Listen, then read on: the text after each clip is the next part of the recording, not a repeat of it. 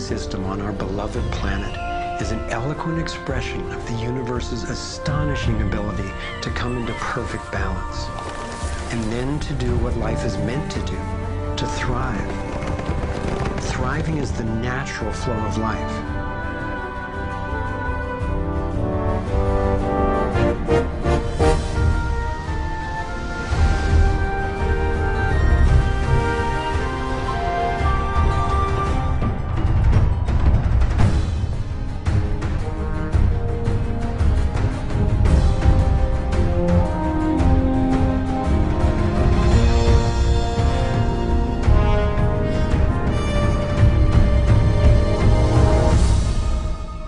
Consider what is surely one of the greatest wonders of all, how a tiny egg and a single irrepressibly plucky sperm can unleash a process that brings forth in the end another one of us.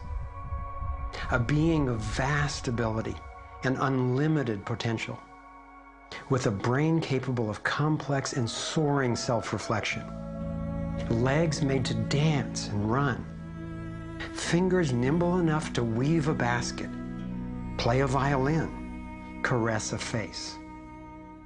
If nature teaches us anything, it is that life is meant to work, and that like every living thing, our purpose is to thrive.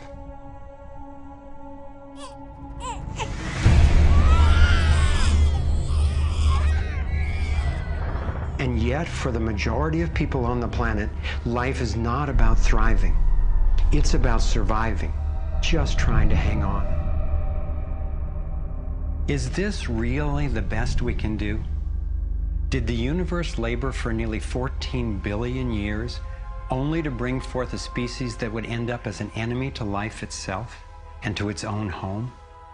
I don't think so. My name is Foster Gamble, and I have spent nearly a lifetime trying to figure out what happened. What is happening that could account for the staggering agony and deprivation on this planet? As a young man, driven by the misery I saw and by my fear for our survival, I set out on a journey, seeking to answer questions like, is it even possible for humans to thrive? If so, why aren't we? My research led me to places I never expected to go, revealing surprising discoveries that seemed unrelated at first, but which turned out to be crucially connected, as you'll see. I found a code, a pattern in nature that's been embedded in arts and icons throughout the centuries. I believe this code holds the key to a new source of clean, sustainable energy that could completely revolutionize the way all people live. I came to understand how our economic system is rigged, and I found out what we can do about it. My journey revealed ways we can claim our power to create liberating, healthy systems everywhere on Earth. I have realized that we are not a mistake. We are simply mistaken. We've been blinded to our brilliance, shorn of our strength, ignorant of our genius, unaware of our true power and magnificence. But all that is about to change. I invite you to share with me the highlights of my unlikely journey. I've created this navigator to take us through time and space. Let me show you around. On this screen, we can access what I call our vitals. It's the critical data we don't get from the corporate media, which in the US has consolidated from 50 companies down to 5 in just over 25 years. We'll use this to check on how we're really doing. The right screen tracks how to chart a healthy, sustainable course for living on planet Earth. I call these the navigating insights. And this will be our compass. Instead of a needle seeking north in our Earth's magnetic field, our compass is the shape of the field itself. And that shape, as you will soon see, has amazing technological and social ramifications. After a lifetime quest, I've come to believe that this pattern actually holds the key to a world that works for everyone. So let's go.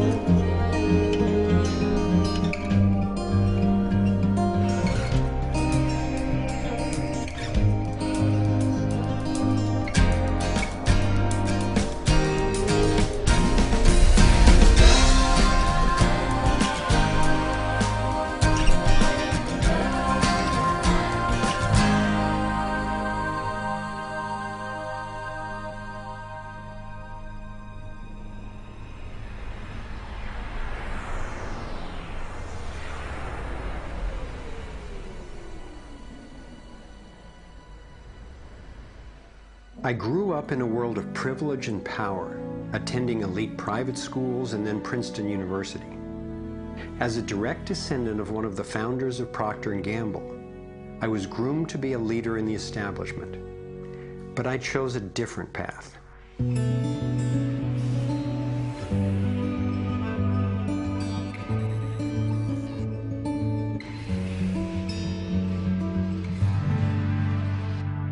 I began to wake up when I was in elementary school. Adults were teaching me that the way to protect myself from a nuclear explosion was to duck under my desk and cover my head. That's when my serious questioning began. A couple of years later, I had a direct experience of universal energy. It happened one day when I was riding on a school bus, gazing out the window. I had a vision of a whirlpool pattern, and I just knew that the flow of energy I was seeing was the same in an atom as in our entire solar system. I felt deeply that I, too, was somehow made of that same pattern. This vision was what originally got me into science, into trying to figure out how the universe works and how we humans fit into the overall pattern of life energy. Years later, I learned that the pattern I saw is known by some in the scientific world. It turns out that in 1921, Albert Einstein got a Nobel Prize for discovering that when energy is released in the universe, there are little packets of wholeness that emerge. This pattern actually tells us a lot about how life evolves. Considering the enduring wonders of creation throughout the universe and how unsustainable so many of our human systems are, I figured learning how the universe creates and sustains life would actually be quite useful. Each of these little packets of wholeness that Einstein discovered, called a quantum, is made out of its surroundings but is distinct within it, like a whirlpool in water.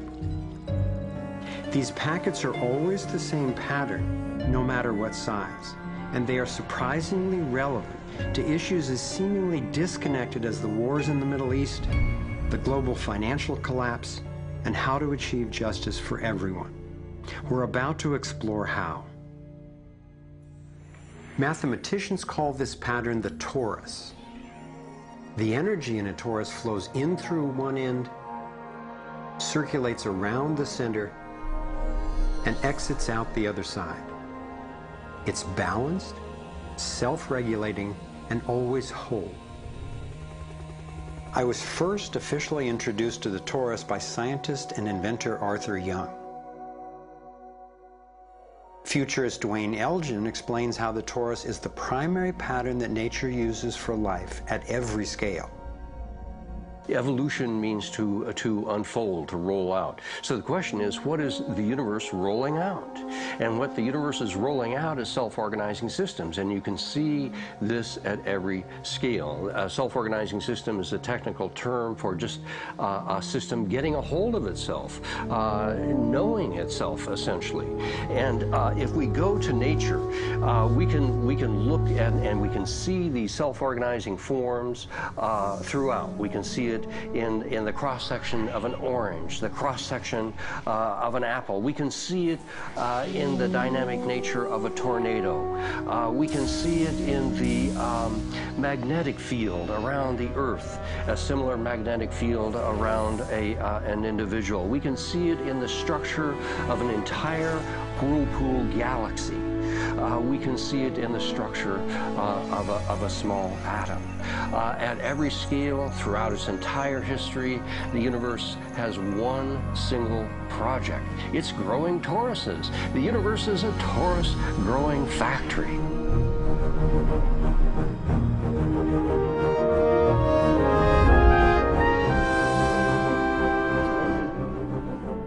These toroidal dynamics are visible at various scales.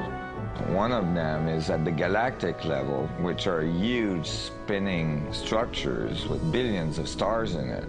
Looks like typically big arms of galaxies spinning around, and they have vortices that goes from the center out to the edge of the galactic halo that surrounds them. Stars move from this galactic disk out to the halo, down the vortices, and back out again. Stars like Arcturus, for instance, we know have done that path already. That's the appropriate description even for the atmosphere of our planet. The weather goes from the North Pole down to the equator and then back up, from the South Pole up to the equator and then back down. Even the dynamics on the surface of the sun are very similar. Of course, here we're looking at it from an external perspective on a small scale model. When you look at the solar system embedded in the galaxy, embedded in the cluster, embedded in the supercluster, we're traveling in this boundless sea of infinite torus flow.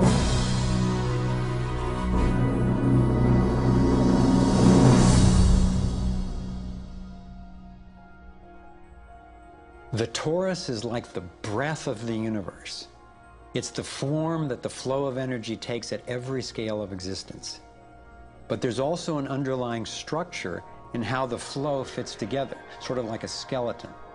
It's called the vector equilibrium, a term coined by one of the 20th century's greatest thinkers, Buckminster Fuller. Inspired by Fuller's visionary work, I spent decades researching the dynamics of the vector equilibrium and the torus.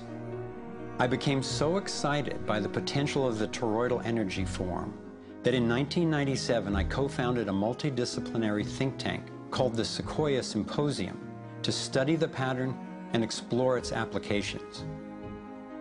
Our collected research convinced me that the torus and the vector equilibrium are primary patterns, fundamental to the creation of the universe at all scales. At the Sequoia Symposium gatherings, I learned of inventors who claimed they were using the torus dynamic as the basis for devices that generated energy without combustion.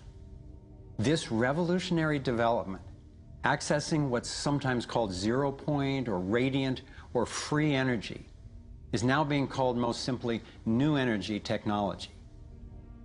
Given that so much of the suffering in our world is the result of lack of access to energy, I realized that free, unlimited, clean energy would be one of the greatest breakthroughs in history. It could not just improve, but actually transform the quality of life on this planet.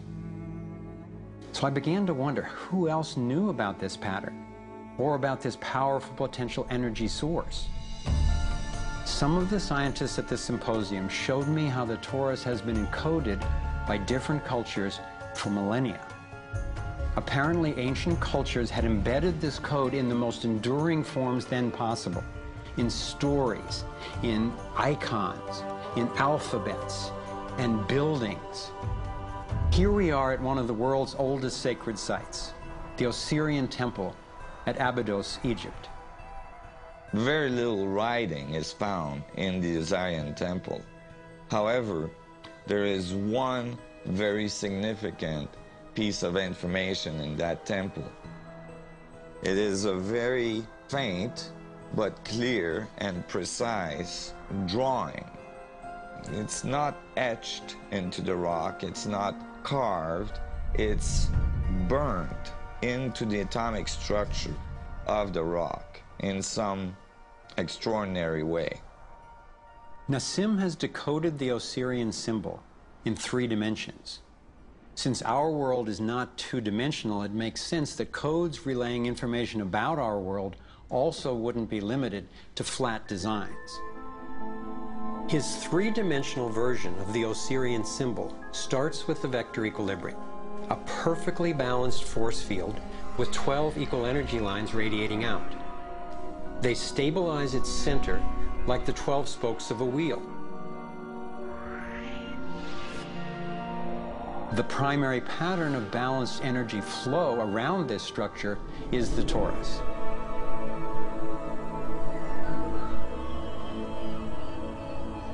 Here we expand to the next larger scale, with a total of 64 pyramids called tetrahedra.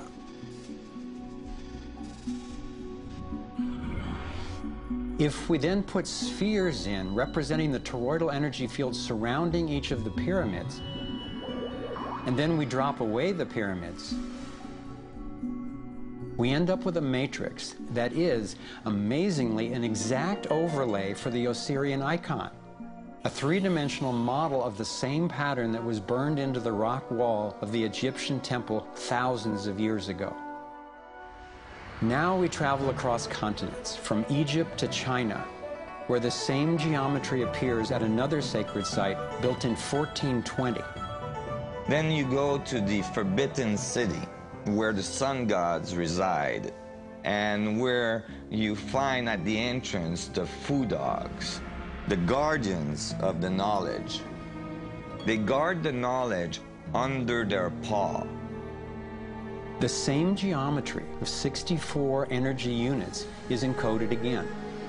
I started wondering, is it just a coincidence that the exact same design appears in significant places on two different continents?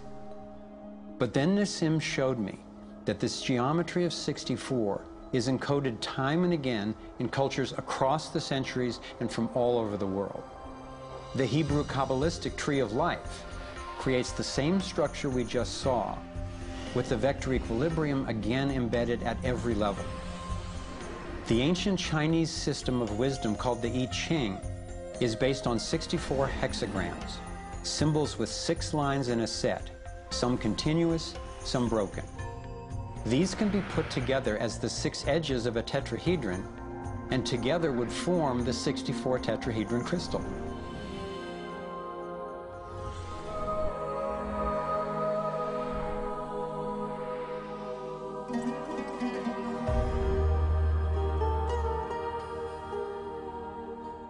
This same pattern shows up in modern scientific research.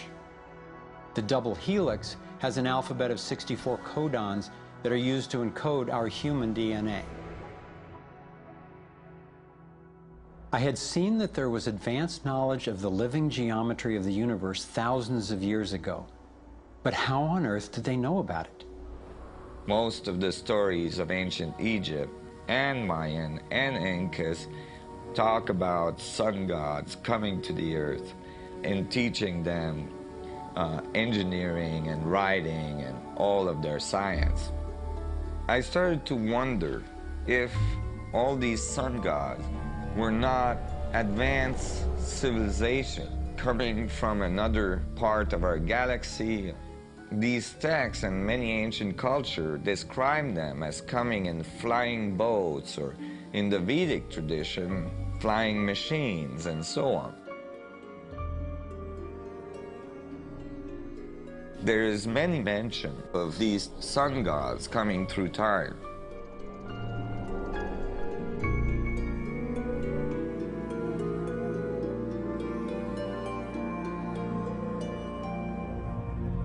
Could these early pilots from beyond our world be the ones responsible for sharing the knowledge of this code?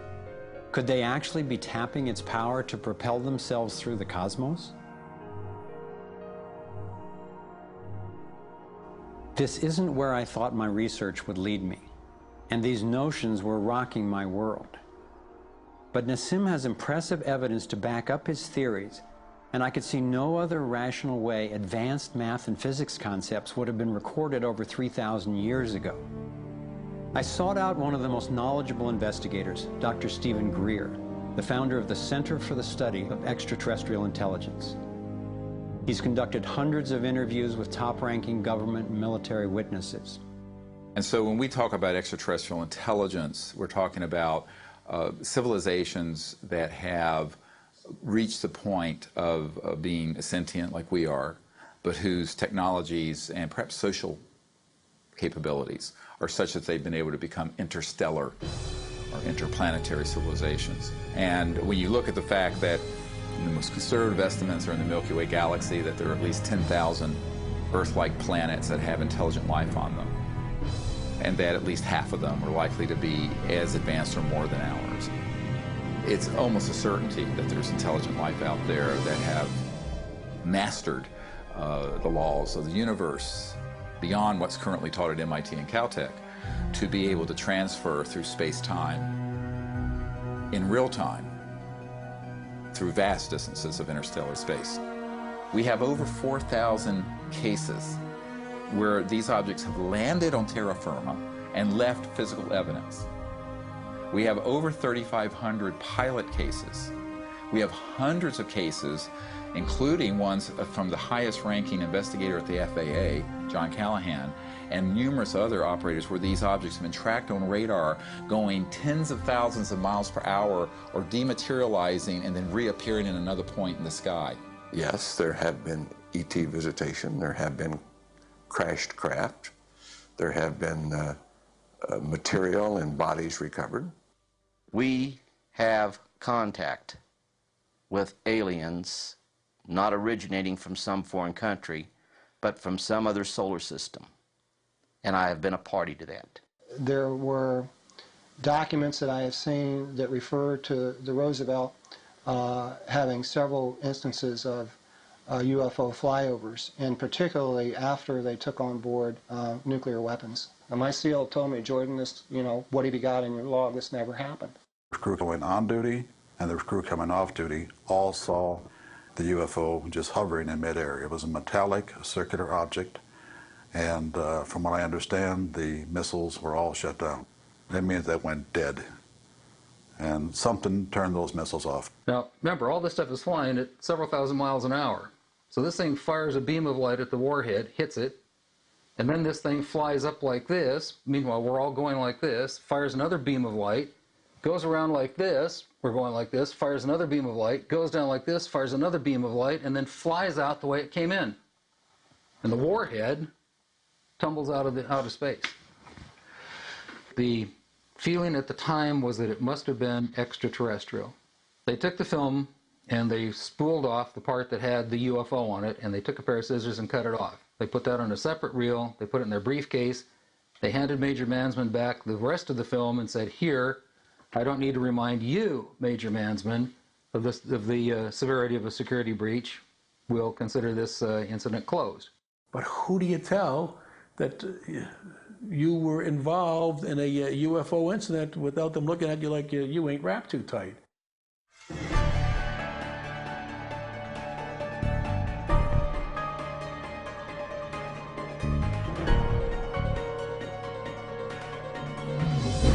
Out of all of the evidence for the existence of UFOs, one extraordinary phenomenon continues to astonish and inspire me. The appearance throughout the world of so-called crop circles. These elaborate designs appear mysteriously swirled into crops of grain in such a way that the stalks are bent over, yet remain alive.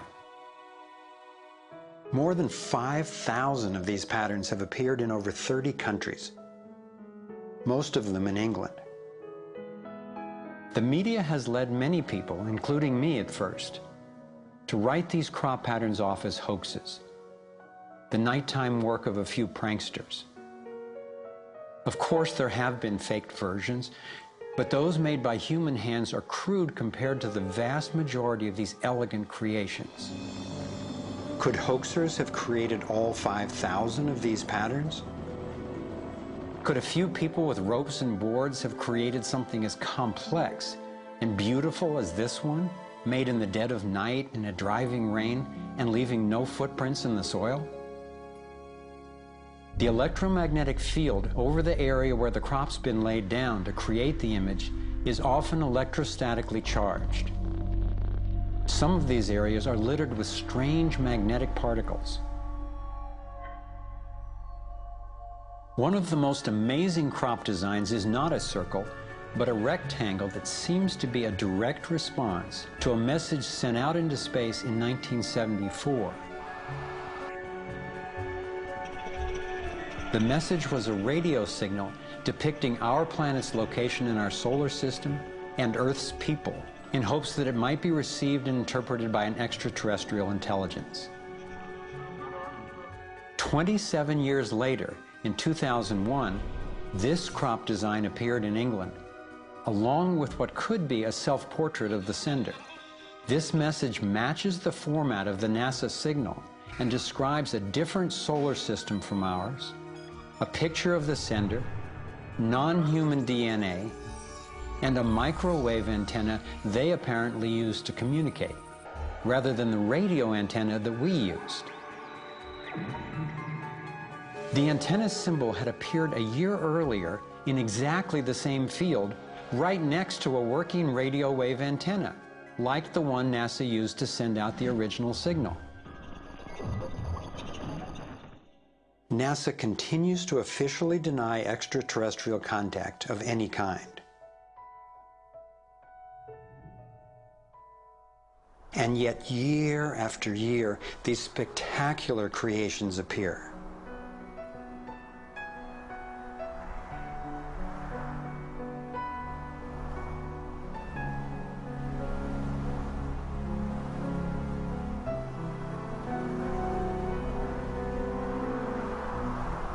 So what might these remarkable designs mean? Here are some two-dimensional versions that seem to be revealing the torus in 3D.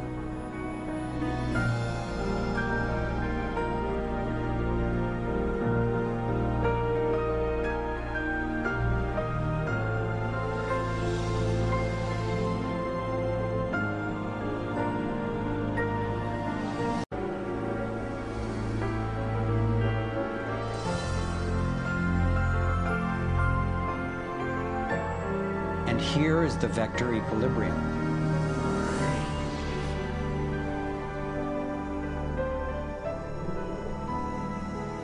And the related pattern of 64 that we saw encoded in the arts of so many ancient cultures.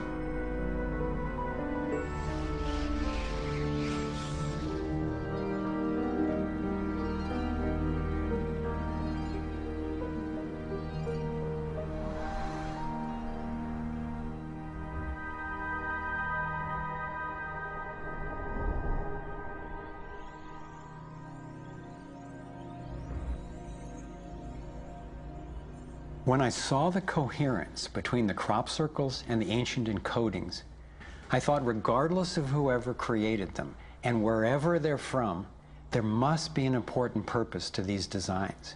They're so coherent. I've come to believe that the pattern of the torus and the vector equilibrium, especially in the form of the 64 tetrahedron crystal, is showing us how energy works in the universe so that we can learn to align with it.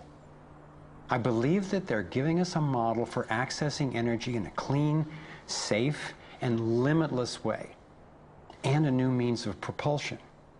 What more important message could there be to get to us, and especially now, from their perspective, as we're beginning to extend our careless reach beyond our planet? I got further confirmation of this notion when I met Dr. Jack Kasher, a former professor of physics at the University of Nebraska, who has also researched UFO phenomena. Presenting at a Sequoia symposium, Dr. Kasher showed a remarkable series of drawings by a woman named Lane Andrews, who claimed to have been invited onto an extraterrestrial spacecraft. I was startled to see her detailed sketches of the toroidal energy field that she said propelled the vehicle and protected the passengers. I subsequently interviewed James Gilliland. James has many hours of UFO footage from his ranch near Mount Adams in Washington state. He also claimed to have gone on board an alien spacecraft. What blew my mind was that he had never met Lane Andrews and had no knowledge of her experience, yet he described a phenomenon that was amazingly similar: numerous ships with spinning rings of light. Could it simply be coincidental that James and Lane described the same torus dynamic, and that both of these people have been harassed extensively by government and military agencies? To some, the idea of UFOs may sound crazy, and yet from another perspective, it is completely plausible. The Earth is about 4.5 billion years old. That's 4,500 million years old. What if there's another planet that's almost exactly like us? Almost exactly. 4,501 million years old. They're a million years ahead of us. And on a galactic scale, they're almost our twin brothers. So where are we going to be in a million years? We'll have solved all these problems, and there's another way, whether it's wormholes or warping space. There's got to be a way to generate energy so that you can pull it out of the vacuum. And the fact that they're here shows us that they found a way. This is a major shock to the human system that is in process. I understand why people in our generation, people who aspire to positions of political leadership, etc., never dare go near that question, because it's a worldview challenge. It's a fundamental worldview challenge. So here we are, a relatively immature species struggling with possible self-destruction. If aligning with the torus does hold the key to a new form of clean, safe energy access, imagine the implications. This could be the most important technology breakthrough of our times. So who wouldn't want to have an energy source that's unlimited and freely available? That turned out to be a key question. And that's what led me down the next rabbit hole.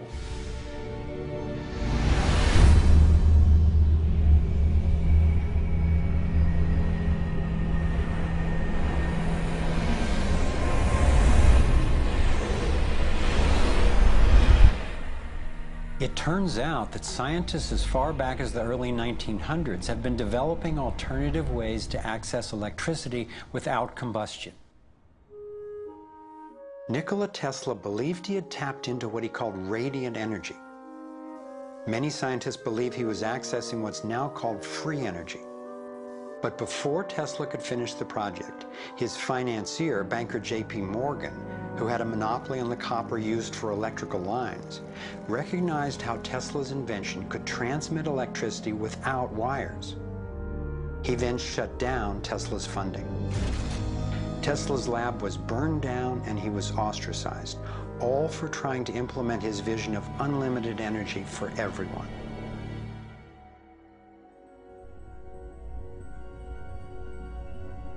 A modern-day inventor, Adam Trombly, was inspired by Tesla's work and by the possibilities of the torus. Trombly built a dynamo, a direct current generator that accessed electrical power right out of the air. We were trying to demonstrate that by mimicking the magnetic field of a planet and rotating this device, we could actually create a dynamo that would work. And in fact, it did work, and it does work. So when we contemplate nature, when we contemplate Jupiter, or we contemplate a dynamo like the Earth rotating in space, we're basically talking about a magnet which is rotating in space. And the lines of flux of the magnet are pouring down and through in this toroidal pattern of the magnetic field. It's also expanding and contracting. It's breathing. It's taking in the energy of space literally and transforming it. Right here in this toroid, we have enough energy to transform the entire Earth. And that's not just a theoretical statement, it's literally true. To contemplate the implications of this means that every single place on Earth suddenly has power. Every single person on Earth suddenly has power. We have universal abundance. Trombly had been invited to demonstrate one of his generators at the United Nations and the U.S. Senate. But these events were undermined by the first Bush administration. Then the device itself was taken in a government raid. Trombly's experience isn't unique. Almost every time I found an inventor with a promising new technology in the field of free energy, he told a similar story of suppression. Inventor John Bedini began working with Tesla's theories of radiant energy decades ago and has produced an assortment of battery charging devices that generate more energy than it takes to run them. He announced that he was going to start offering them at low cost. Soon after that, he was attacked in his lab and warned not to produce the devices. For his own safety, he had to let go of marketing free energy. These are all devices from labs I personally visited.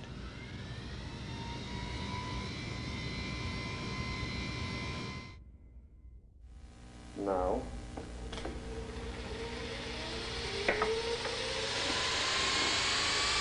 Now, the quality of this footage is obviously poor, and I'm not expecting this to convince you.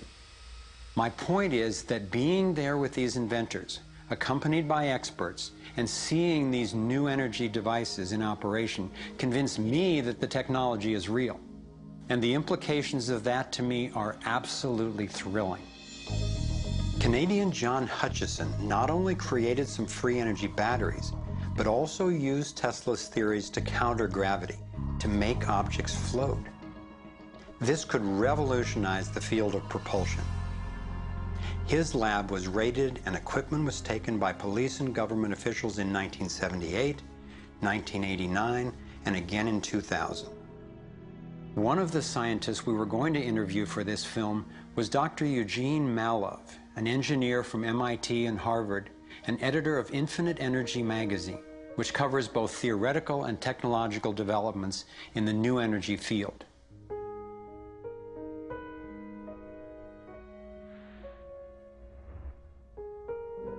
Dr. Malov was mysteriously beaten to death in 2004.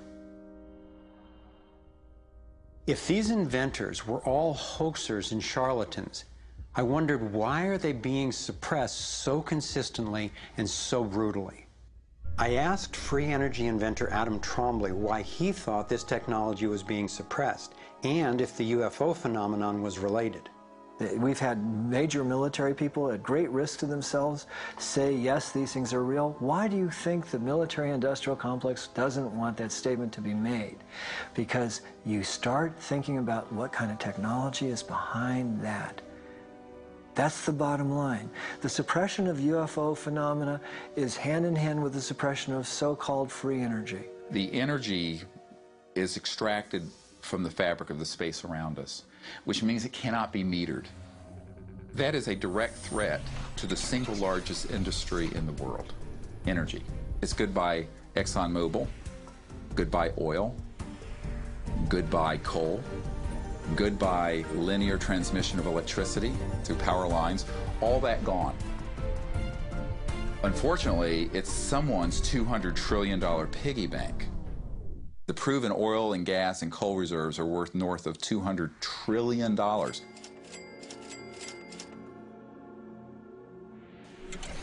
This information coming out would completely change geopolitical power more than anything since, well, in recorded human history. And it would happen in a generation. I started to examine the breakthrough solutions, and much to my surprise, these concepts have been proven in hundreds of laboratories throughout the world, and yet they have not really seen the light of day. Rather than smashing things together and trying to control the explosion, these new technologies rely on blending, of dancing with what naturally is. The common denominator of all the free energy devices I've seen is that they mimic, in one way or another, the torus energy shape. You don't have to believe in free energy technology to be concerned about the repression of ideas and inventions. I found myself thinking, what better way to justify our dependence on oil, coal, nuclear, and other dangerous and dirty technologies than to claim there are no better, cheaper alternatives? It was my beloved wife and creative partner, Kimberly, who kept bringing me back to the human implications of my scientific research. For me, as intriguing as the torus and ETs and free energy are, the most compelling question was, would understanding these things really help alleviate human suffering in any way? And it turns out it can. So much of the pain on the planet has to do with the lack of access to energy. Can you stay warm? Can you get food and water? Can you get hospital care? All that has to do with energy access. If there is a fundamental pattern, which makes sense to me that evolution would be efficient in that way, and we can align with that pattern to create new technologies that will solve these problems, then it's worth it to me to open my mind to these socially taboo subjects. If the new energy technologies were to be set free worldwide, the change would be profound. it would affect everybody. It would be applicable everywhere. These technologies are absolutely the most important thing that's happened in the history of the world. So given the stakes, I decided to ask who's benefiting from suppressing scientific research? Whose wealth and power are threatened by access to clean, free energy? Who has a motive to set up a world where so few have so much and so many have so little? As an independent researcher, I followed one of the cardinal rules of investigative journalism. If a story doesn't make sense, follow the money.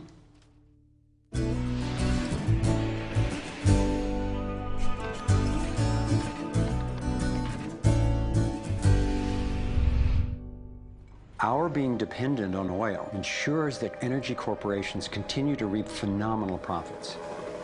I see them committing huge resources to undermine energy alternatives, to control global reserves, and to maintain high oil prices.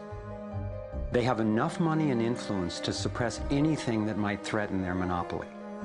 So who's behind the huge energy corporations? The Rockefellers' oil empire got started in 1870 when John D. Rockefeller founded Standard Oil and became America's first billionaire. Standard Oil has since morphed into ExxonMobil and others. And the Rockefellers control our food as well. They were primarily responsible for the global shift to large-scale petroleum-based agriculture. I remember the so-called Green Revolution of the 1960s and 70s. Like most people, I thought it was a great thing. It was, however, based on the planting of huge plots with a single crop using vast amounts of oil-based fertilizers, herbicides, and pesticides. The Green Revolution was the brainchild of the Rockefeller Foundation's Natural Science Division in partnership with large agricultural corporations. Petroleum-based agriculture provided vast new profits for the oil industry, but never lived up to its promises of ending hunger and promoting health. The Green Revolution did at first increase productivity because every bit of soil was being used for immediate production. But its true costs can now be seen. Taxpayers pay billions in subsidies to giant agribusiness corporations. Small family farms have all but disappeared. Biodiversity is destroyed.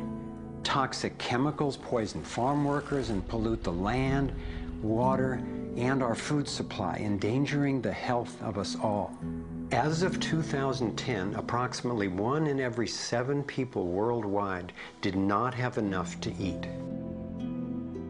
The giant corporations who had brought us chemicals for chemical industrial agriculture, and they were talking about 3 instruments to consolidate the food chain.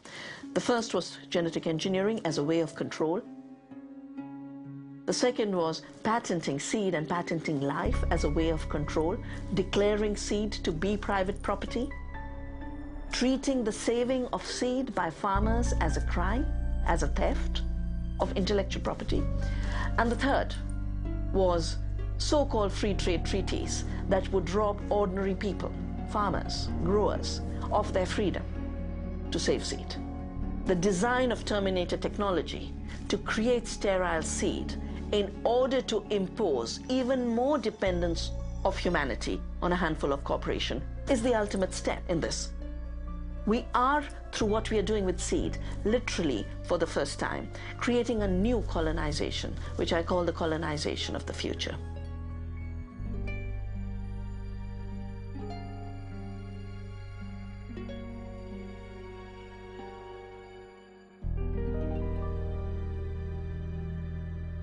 So in 2 crucial areas, energy and food, the same elite banking families and their corporations have taken control, and the consequences have been devastating.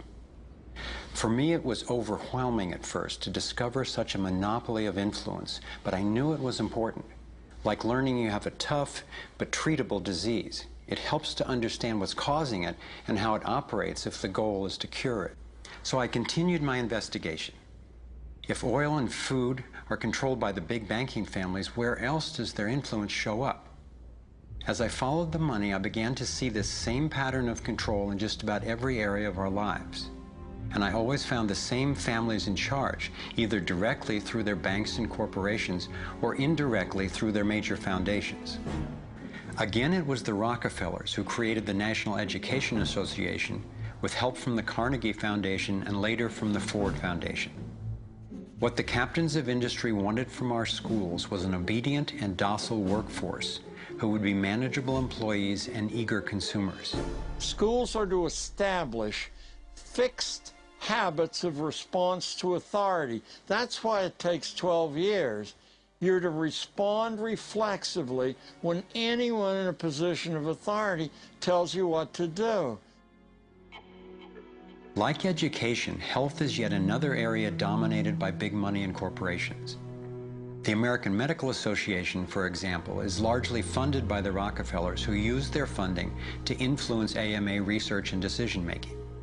The average MD in 4 years of medical school takes one course in nutrition, 2.5 hours in many cases, and the materials used, the curriculum materials, are supplied by the National Dairy Council and the National Livestock and Meat Board and other industries, including the Sugar Association, with products to sell that actually undermine our health in the first place. Unfortunately, the way the system of medicine is set up, medical education is primarily funded by pharmaceutical companies. So there's a motive to make and sell as many drugs as possible. It's also a very time-effective way of making money for the physician, for the pharmaceutical company, for the whole medical establishment. But it's really perpetuating the problems it was meant to alleviate. Side effects may include nausea, dry mouth, and constipation. Decreases in white blood cells, which can be serious. Sexual side effects, diarrhea, nausea, and sleepiness. Can lead to coma or death. How far will these forces go to make a profit? Would they actually suppress cures for diseases the way they've suppressed free energy technology? Sadly, my research has shown me the answer is yes. One well-documented example is the case of Dr. Royal Rife. In the 1920s, Dr. Rife invented the most advanced microscopes of his time. He also developed a new technique he called coordinative resonance, which was apparently able to destroy cancerous tumors as well as viruses. In 1934, in clinical trials affiliated with the University of Southern California, Rife's treatment was tested on 16 terminally ill cancer patients. Within 3 months, they were all successfully cured. Soon after, a lab testing Rife's technology was burned down and a frivolous lawsuit was filed. Through the efforts of Morris Fishbein, head of the Journal of the American Medical Association, Rife was essentially shut down and ruined, his brilliant and promising work all but forgotten. It was really hard for me to consider that someone might actually be suppressing cures. And cancer has run through my family like a raging river. I found out that it's all about patents. If a pharmaceutical company can patent and make money from treatment, especially one that we have to keep on using, then that's what we get. Otherwise, we don't even hear about it. It's not just Rife who got shut down.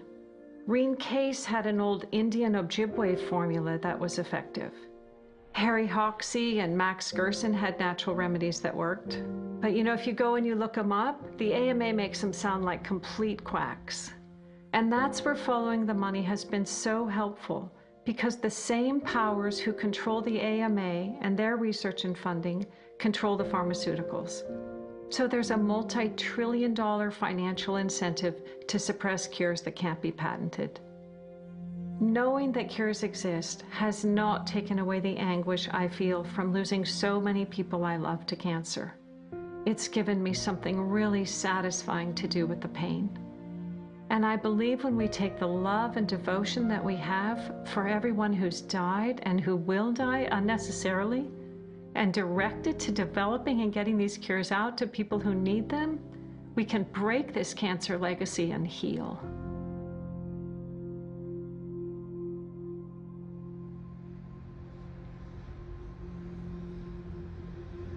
As difficult as it was for me, I have come to an inescapable and profoundly disturbing conclusion. I believe that an elite group of people and the corporations they run have gained control over not just our energy, food supply, education, and health care, but over virtually every aspect of our lives. And they do it by controlling the world of finance, not by creating more value, but by actually controlling the source of money. When I followed the money, I found that it took me up the levels of a pyramid. Here we are at the bottom level going about our daily lives. Above us is government, people who are given a monopoly on force and use it to tax and control us whether or not we agree. But who controls them? At the next level are the corporations. Many would say that it is now corporations and not nation states that rule the world. They call it a corporatocracy. To acquire the world's resources and control the markets, this corporatocracy must have access to cheap money.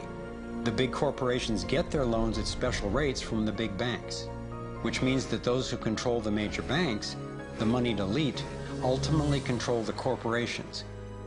As I've followed the money, I've learned that almost everything I once believed about money is simply not true. It's interesting how few questions we actually ask about very everyday things, like when we go into a bank and we ask for a loan of, say, $50,000, £50,000, what actually happens? You see, most people live their lives based on a kind of vague image of what happens. What actually happens is you ask for £50,000, they type into your account £50,000. That's all they do. They don't mint any coins, they don't print any money, they don't move any precious metal anywhere. They just put £50,000 into your account on a computer screen. From that moment, you start paying interest on money that has never, does not, and will never exist. It turns out that banks actually have about 9 times as much money loaned out as they have on reserve in their vaults. This is possible because of what's referred to as fractional reserve lending. The way it works is that the Federal Reserve, or the central bank in any country, is legally allowed to determine the amount a bank must have on reserve. In the US, it's currently around 10%. So if you deposit $10,000 into the bank sets aside 10%, or $1,000, and then loans out the rest of your money. The way it works is, say another person comes into the bank and asks for a car loan of $9,000. At this moment, the bank loans out the $9,000 from your original deposit. It isn't there anymore. The borrower then pays the person selling the car, and they go deposit the money into another bank, which is part of the same central banking system. This $9,000 is treated as a new deposit, and the process continues. The money gets redeposited and reloaned until the initial deposit of $10,000 becomes $100,000. The banking system just created $90,000 by loaning out your money. Apparently it began with the goldsmiths in the 17th century when people were trading in gold. Gold was heavy to carry around, so people stored the actual metal in vaults and traded receipts instead. Those receipts were the first paper money. Since only a few people would withdraw their gold at any given time, the vault owners, basically the new bankers, began creating receipts for more metals than they actually held. They loaned out those receipts and charged interest on money, gold, that they didn't really have. That's how our so-called fractional reserve system was born. In this system, the bankers get to make up money out of nothing, while the rest of us have to work hard to earn it. It has created a modern form of serfdom where the mass of society is now working to pay off their debt to the banks.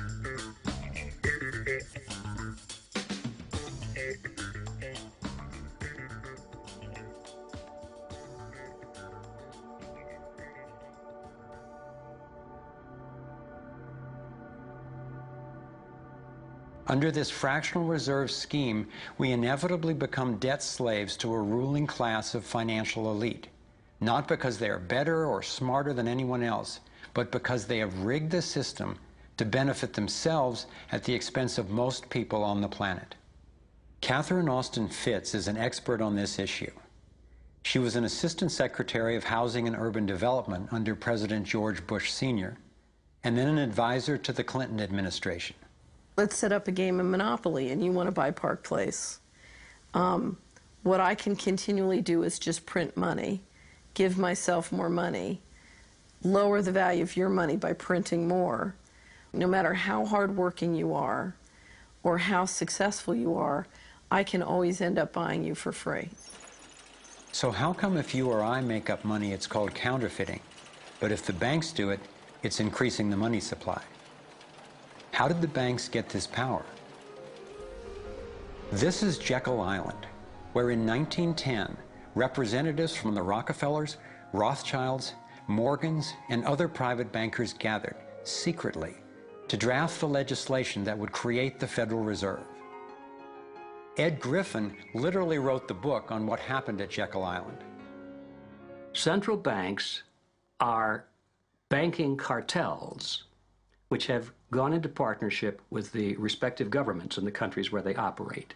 And they've been given monopolistic power over the creation of the nation's money supply.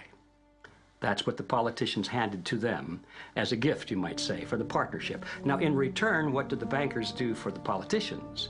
They promised to create money out of nothing, now that they've got this legal power to do it anytime the government needs it.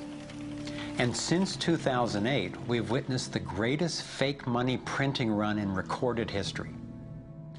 This financial sleight of hand disguises the costs, hides who's to blame, and leaves us as debt slaves working to pay off the bill. I found it revealing that in the same year the Federal Reserve was founded, 1913, the Internal Revenue Service was also established. An income tax was then instigated so you and I would have to pay the politicians' debt plus interest to the bankers. The problem is we have a privately owned central bank system in the United States disguised as a government-owned system. Now, if you look in the telephone book here in the Washington, D.C. area, you look up for Federal Reserve in the blue government pages, it's not there. It's in the white pages right next to Federal Express. It's a privately owned central bank. What is the proper relationship, what should be the proper relationship between a chairman of the Fed and a president of the United States? Well, first of all, the Federal Reserve is an independent agency, and that means basically that there is no other agency of government which can overrule actions that we take. There is no other agency of government which can overrule actions that we take. We have a private bank that prints money on behalf of the Treasury. The Federal Reserve prints money on a debt-based system which creates scarcity. But it puts a group of insiders in a position of having access to all the data about the economy when we don't. So you have a small group of bankers who understand the data on how the money works in the economy, and it gives them the ability to print money in a way that the insiders are protected and everybody else is drained. Catherine went on to compare a healthy economy to a vibrant torus, balanced, freely flowing, and energized throughout, in contrast to what's happening in our current economy. What you have is a system that's very dynamic, and it's trying to optimize. But intertwined in the core of it, you have a tapeworm. The way a tapeworm works in your body is it injects a chemical into your body that makes you crave what's good for the tapeworm and bad for you. You have a parasite that's very much manipulating and engorging itself at the expense of the whole. We live in a tapeworm economy where the financial elite are the tapeworm and they're feeding on us. And they don't like it when people blow their cover.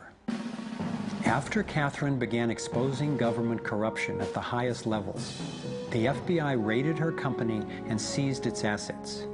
She was dragged through the courts for 10 years before being found innocent.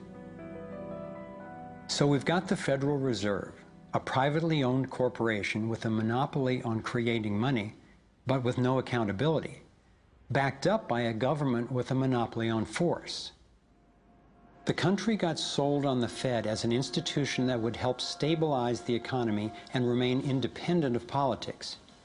But in fact, in close to a century of existence, the Federal Reserve has done just the opposite. Since they took charge, we've been robbed through inflation, and the purchasing power of the dollar has declined more than 96%.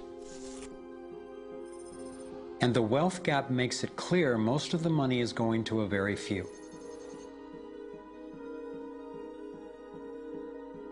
Only 16 years after the Federal Reserve was in power, America experienced the Great Depression. My research revealed that before the big crash in 1929, the elite bankers pulled their money out of the stock market. After the crash, they used that money to buy up cheap stocks and smaller failing banks for pennies on the dollar. Among the bankers who consolidated their wealth this way were the Rothschilds, Rockefellers, and Morgans.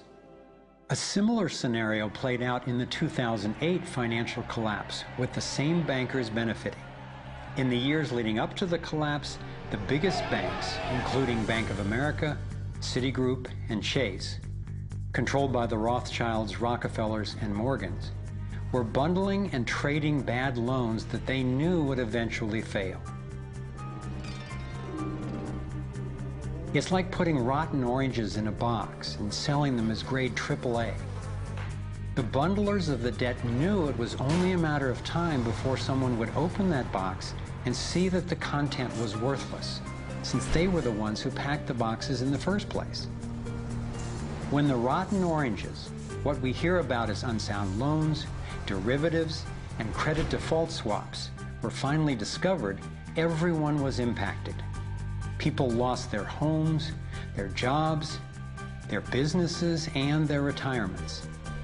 Meanwhile, the biggest banks who created the problem in the first place were the ones who got bailed out. Why is that? Why would the Federal Reserve give trillions to the banks, even though the majority of Americans were against bailing them out? And why not help those most in need rather than the perpetrators of the financial collapse? My research led me to believe that the same people who created the Federal Reserve, the Rothschilds, the Rockefellers, and the Morgans, still control it, and they use this scheme to bail themselves out at our expense. Many of the banks created are still the most powerful lobby on Capitol Hill, and they, frankly, own the place. I'm convinced that the near collapse of the economy in 2008 resulted from an orchestrated pump and dump scheme designed and executed by the big bankers to consolidate wealth and power. David Icke explains how he sees the Federal Reserve rigging the so-called business cycles. Stage one, it's like throwing a fishing line out. Stage one, you put lots of money, units of exchange, into circulation. You do this by pushing interest rates down, by making lots of loans. This is the part of the cycle we call a boom. Because there's lots of units of exchange in circulation, there's lots of money changing hands. That generates lots of economic activity. That generates jobs. And as more and more money is spent, there's more demand, so companies take out more loans of fresh air money to increase their production. People get confident in their everyday lives. Hey, you know, I work for this company, they've got lots of orders, it's really going great, my job's safe, I tell you what, we can have a bigger house. Then they start to change it. What they do is they pull the fishing line in. They push interest rates up. Now, fewer people, are taking out loans, and they make the criteria for having a loan from the bank stronger anyway. And also, now, as interest rates have gone up, a larger part of people's income is going to pay back the extra interest and not being circulated in buying things. Suddenly, there's nothing like as much money in circulation, and therefore, fewer things are being bought. Companies start to go down in terms of their profits. They start to shed jobs, and they start to go out of business. People lose their jobs, they can't pay the mortgage anymore of the big house they took out in the good times. Now what the banks are doing is starting to reel the fishing line in, because as they go bankrupt, companies and individuals, the banks get the real wealth, the property, the land, the resources that they had signed to them for lending merely figures on a screen. Now this economic cycle of fishing line out, fishing line back, lots of units in circulation, pull them in, has been going on for centuries. And what it's done, it's stolen and accumulated for centuries. And what it's done, it's stolen and accumulated the real wealth of the world in the hands of the few.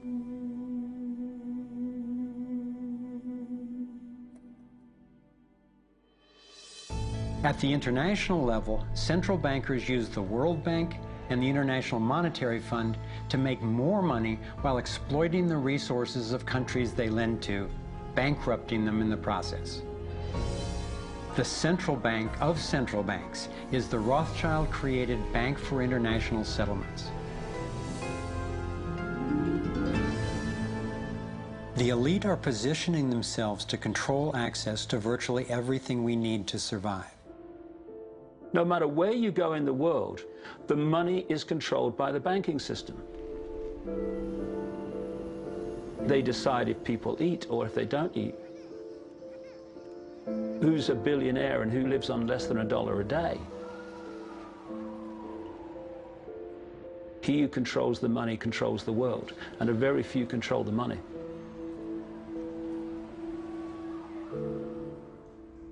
At this point, my view of the world had been turned upside down. I was struggling with the realization that the failure and suffering of so many is actually success and fulfillment for a few. The elite central bankers who fooled the world into letting them create money.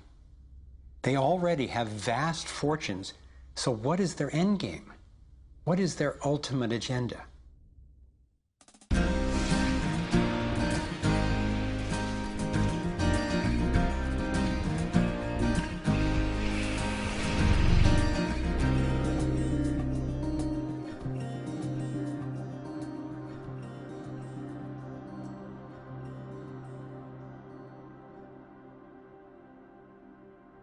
I kept running across compelling evidence and credible experts saying that the secret agenda of the banking elite is nothing less than total global domination. At first, I resisted the idea, but I was committed to finding out what was keeping us from thriving, no matter where it might lead. One night I woke up at 3 a.m. with the burning question: if this small group wanted to dominate the entire world, what would they need to control to accomplish it? I jumped out of bed and started making a list. First and foremost, they'd have to control money, and they do. Controlling money allows them to run everything else. They'd need to control energy, and they do. They already control big agriculture and world trade. They're buying up water supplies worldwide. They've got health in their pocket, and they're trying to suppress natural alternatives.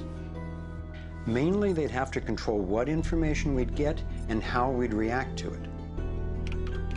In America, the internet, our greatest tool for communication and grassroots organizing, is currently not controlled or censored, but its open status is being attacked from all sides. Governments, corporations, and the United Nations are all attempting to take control. For complete domination, dissent has to be controlled. They'd need to take away our rights, spy on ordinary citizens, and track every aspect of our lives. As the day dawned, I knew that a powerful elite had almost everything set up to rule the world. And I had the frightening realization that Big Brother is not just coming, he's here now. We are already in the Matrix. So how do we get out? To envision that, I realized I needed to discover what their ruling structure looks like and how it works. A relatively small group of families, especially the Rothschilds, Rockefellers, Morgans, and Carnegies, along with the Harrimans, the Schiffs, and the Warburgs, have been leading the controlling elite in the West for generations. I'm not implying that every individual in these families is aware of or active in the global domination agenda. However, I'm convinced the heads of these dynasties control the corporate and banking interests that carry out the sinister scheme that is destroying so many lives. Those secretly driving the agenda have been known by many names. Leaked reports confirm that they meet throughout the world behind closed doors to discuss their agenda. Then, like clockwork, their plans begin to show up in the media, finance, corporate, government, and military arenas. Of course, not everyone involved in these groups is in on the decision-making. There is a hierarchy of knowledge and participation. One of the primary symbols of the controlling elite is the all-seeing eye. It's on the dollar bill. It's on the American mass surveillance system initially called Total Information Awareness. It's on the British intelligence agency MI5.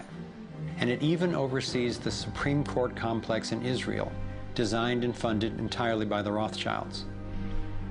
I believe they've taken the majestic image of the Cheops pyramid and its legendary metallic capstone and perverted the meaning to represent those at the top being able to track and control all those under them.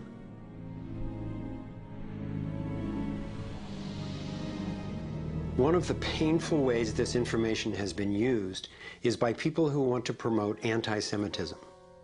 They wrongly call this a Jewish agenda and continue the ongoing racism that undermines and destroys so many lives. Let me be clear, this is definitely not a Jewish agenda. It's been documented that central bankers even funded both sides of World War II, as well as some of the corporations associated with Hitler's atrocities against the Jews. Since these people have more money than their families would need for generations, and since they have the power to create money, I don't believe wealth is their end goal. After you have all the material things that you could possibly want in life, what is left to excite you? And for many people, the answer is power, global power. They became intellectually elite. They began to think that they had a plan that was better than anybody else's plan. They got the idea that freedom is dangerous. If you give people freedom, you know what? They're probably not going to use it wisely like we think they should. We are smarter than they are. And for their own good, we should rule them.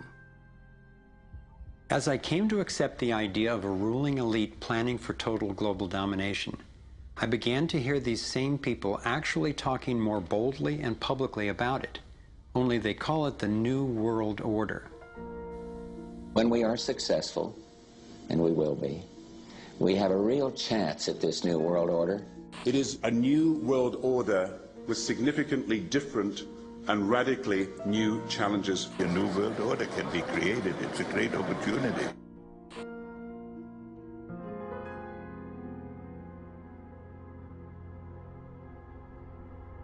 Given the condition of our world, a new world order can sound like a great idea.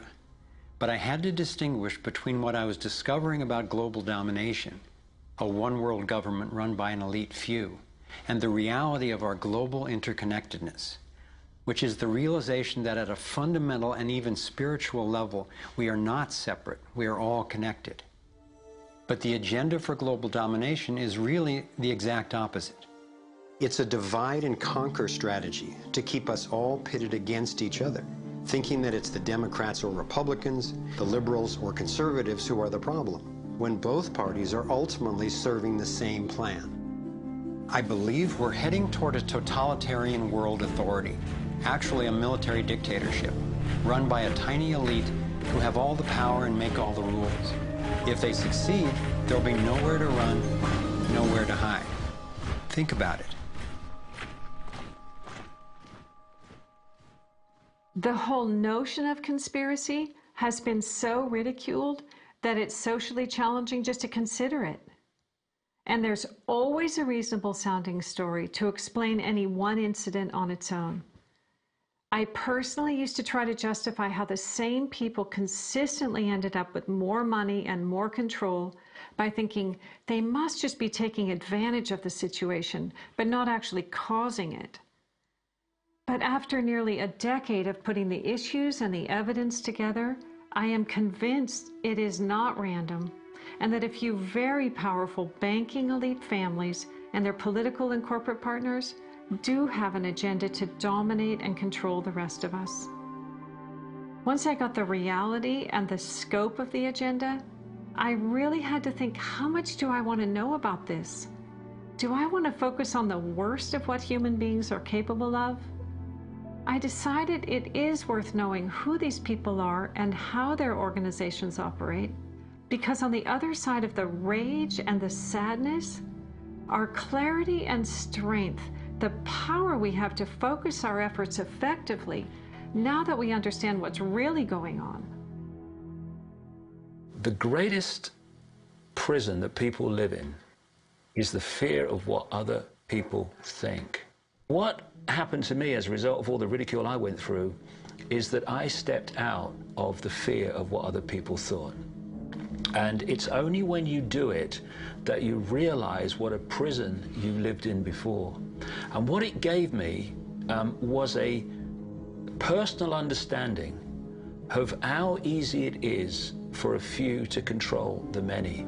All you have to do is dictate the norms in society, what is considered right and wrong, moral and immoral, good and bad, sane and insane, possible and impossible. And you build what I call a hassle-free zone. And if you live your life within that zone of perception, belief, and what you say and think, then people will leave you alone because you're normal. Once you step out of that pen and you start to express your uniqueness, what the Illuminati have created is a whole human population of prison warders who are jumping on those that are stepping out of the norm. And it's interesting, when you get to the edge of that hassle-free zone in what you say and you think, you're not thinking, if I do, what about the head of the World Bank? What's he going to say if I do this? No. We're saying, what will my mother think? What about the guys down the bar and the people at work? What will they say? And what the Illuminati have done by creating the norms, they have created an absolute army of people to impose those norms on each other. Their grand strategy for global dominance is already being implemented. They are carving up the world into superstates that transcend national boundaries so that we are easier for them to manage. They have already established the European Union and the African Union. Politicians from the United States, Canada, and Mexico, under the title of the Security and Prosperity Partnership, have been working on the northern part of what could arguably be called plans for an American Union. This has been going on for years without citizen or congressional consent. A Pacific Union is already in process. This is the organizational chart for global tyranny, the structure for complete control. Here are two of the most powerful men in Europe talking about moving to a single world government. It is extremely important that we, in this new ownership of global governance, have, particularly on both sides of the Atlantic, the implementation of the same rules in the same fashion. 2009 is also the first year of global governance, with the establishment of the G20 in the middle of the financial crisis. On the international level, the central banking elite have put huge organizations in place to implement their policies, including the World Trade Organization, the World Health Organization, the World Bank, and the International Monetary Fund. John Perkins is a man who knows from decades of his own experience as a so-called economic hitman how the collusion of banks, corporations, and governments has taken over countries around the world. We use many techniques, but probably the most common is that we'll go to a country that has resources that our corporations covet, like oil, and we'll arrange a huge loan to that country from an organization like the World Bank or one of its sisters, but almost all of the money goes to U.S. corporations, not to the country itself. Corporations like Bechtel and Halliburton, General Motors, General Electric, these types of organizations, and they build huge infrastructure projects in that country, power plants, highways, ports, industrial parks, things that serve the very rich and seldom even reach the poor. In fact, the poor suffer because the loans have to be repaid, and they're huge loans, and the repayment of them means that the poor won't get education, health, and other social services, and the country is left holding a huge debt by intention. We go back, we economic hitmen, to this country and say, look, you owe us a lot of money, you can't repay your debts, so give us a pound of flesh. But as soon as one of these anti-American presidents is elected, one of us goes in and says, hey, congratulations, Mr. President. Now that you're president, I just want to tell you that I can make you very, very rich, you and your family. Get several $100 million in this pocket if you play the game our way. If you decide not to, over in this pocket I've got a gun with a bullet with your name on it in case you decide to keep your campaign promises and throw us out. Sell our oil companies your oil real cheap, or vote with us at the next UN vote, or send troops in support of ours to someplace in the world such as Iraq. And in that way we've managed to build a world empire with very few people actually knowing that we've done this. Like many people, I thought a conspiracy for global domination could not really work because basically people are just not that competent. I thought there's no way they could pull off such a scheme at the necessary level of control and secrecy. One of the false hopes is this is all happening because government is incompetent, and it's a giant mistake, and people really don't know. And of course, that's great air cover for the fact that the system really does know where it's going, and it's going where it wants to go, and it's being successful at it. Still, I wondered how could something that is so big and corrupt be kept secret? It's a simple structure, and if it wasn't simple, it wouldn't work.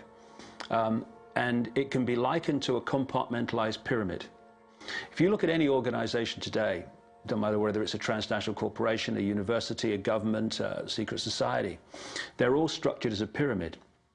And as the CIA and other intelligence agencies talk about, they have this need-to-know system.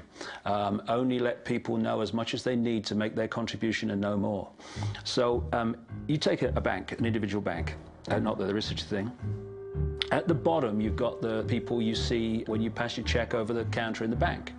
Now, they don't know what the bank manager behind them knows and is discussing. They only know what they need to know to do their job. The bank manager in the office behind them, he doesn't know or she doesn't know what's happening at the next level, and they don't know what's happening at the next level.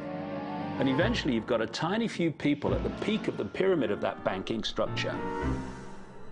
They're the only ones that know what the real agenda of the bank is and what the direction is that they're going and why. This kind of compartmentalization explains how the Manhattan Project, which developed the atom bomb in World War II, was kept secret despite having 130,000 people working on it.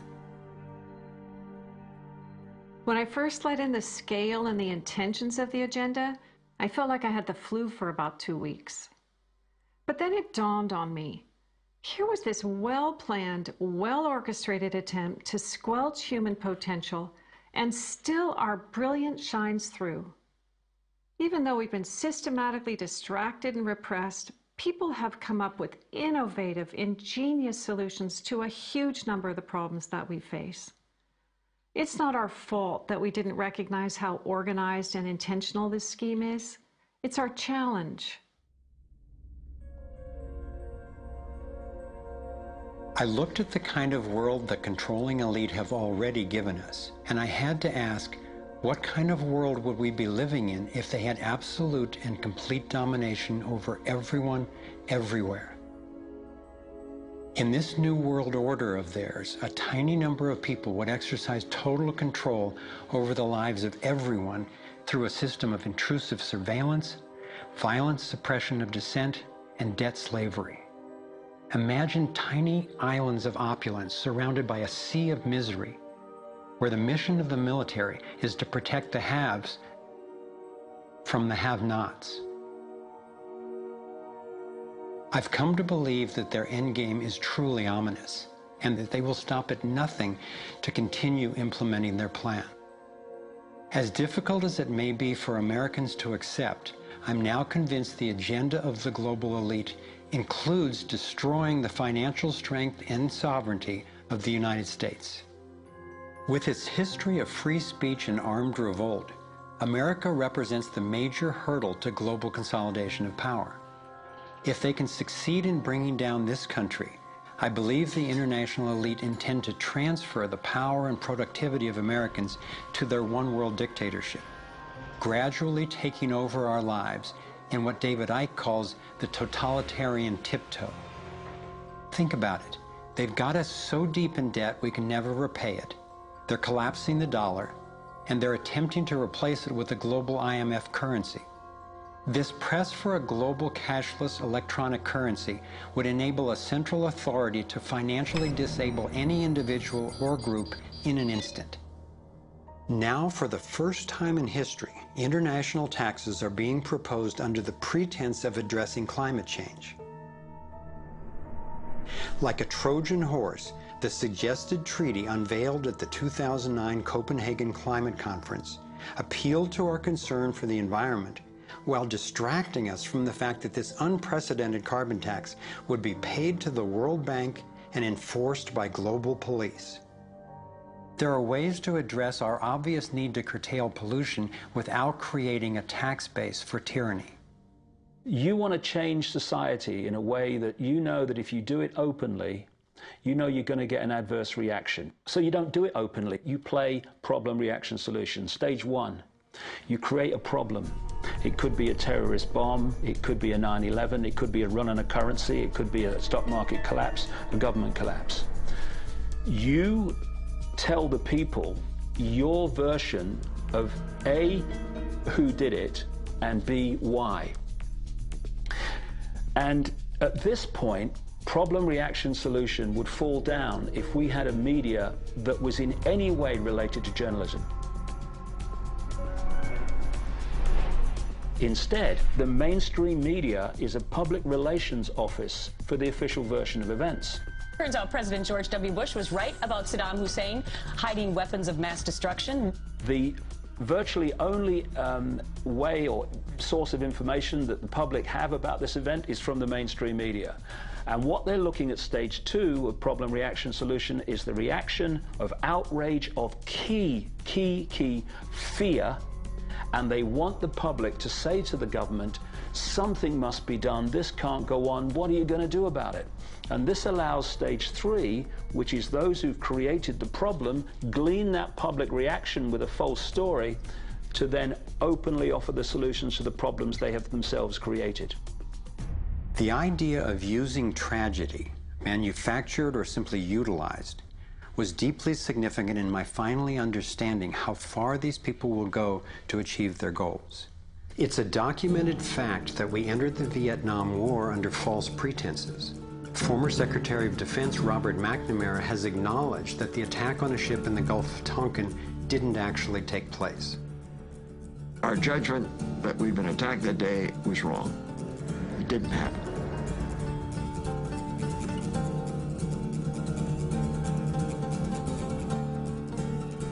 More recently, former President Bush used non-existent weapons of mass destruction as a pretext for invading Iraq. Tactics like this are sometimes referred to as false flag operations. An increasing number of people believe that 9/11 was a false flag operation by the global elite in order to set the stage for taking over Middle East oil and dismantling U.S. constitutional protections. There are lives in the balance. There are people under fire. There are children at the cannon. There is blood on the wire. There is blood on the wire. There is blood on the wire. There is. Most of what's needed for a police state is actually already in place. Right now in America, any of us can be imprisoned without warning or due cause, and we can be kidnapped, tortured, and assassinated legally if the government decides what we are doing is a threat to their plan. All they have to do is name us as a suspect in their so-called war on terror. We're being watched more and more. In 2010, there were 30 million surveillance cameras recording us in the US alone. When we demonstrate, we're now relegated to what are euphemistically called free speech zones. Zones for free speech? Every phone call and email we send is collected and archived and can be inspected at any time. Our driver's licenses and passports have computer chips implanted in them to track our every move. And now hospital patients are getting these same chips implanted under their skin. In fact, it was Procter & Gamble who developed these chips, initially for tracking their products. It's always offered as a way to help, but even an assistant director of Central Intelligence has admitted it's an entry point to getting all of us chipped for better tracking and control. These would-be controllers, through the U.S. Space Command, have outlined a plan called full-spectrum dominance. Sophisticated satellite surveillance, as well as directed energy and laser weapons, which are already developed, have the ability to target dissenters anywhere on Earth. I believe they are also trying to ensure they can deal effectively with any resistance. FEMA containment camps and railroad cars with shackles have been recently constructed or refurbished all over the United States for use in what officials call times of pandemic or civil unrest.